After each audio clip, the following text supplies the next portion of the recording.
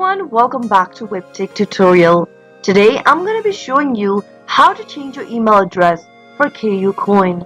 Watch the video till the end and don't forget to subscribe to our channel by hitting that subscribe button. Press the notification bell so that you'll never miss another upcoming upload from us. Open up a web browser to get started.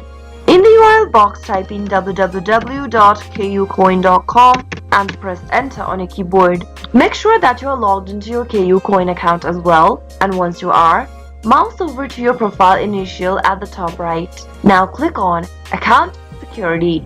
Under Security Settings, scroll down and click on the Change button right next to Email. Remember that if you decide to change your email, withdrawals, P2P transactions and red envelopes will be temporarily unavailable for 24 hours. Click on Confirm and on the next page, you'll need to first verify your account. Click on Send Code to do so and enter the email verification code sent to you via email.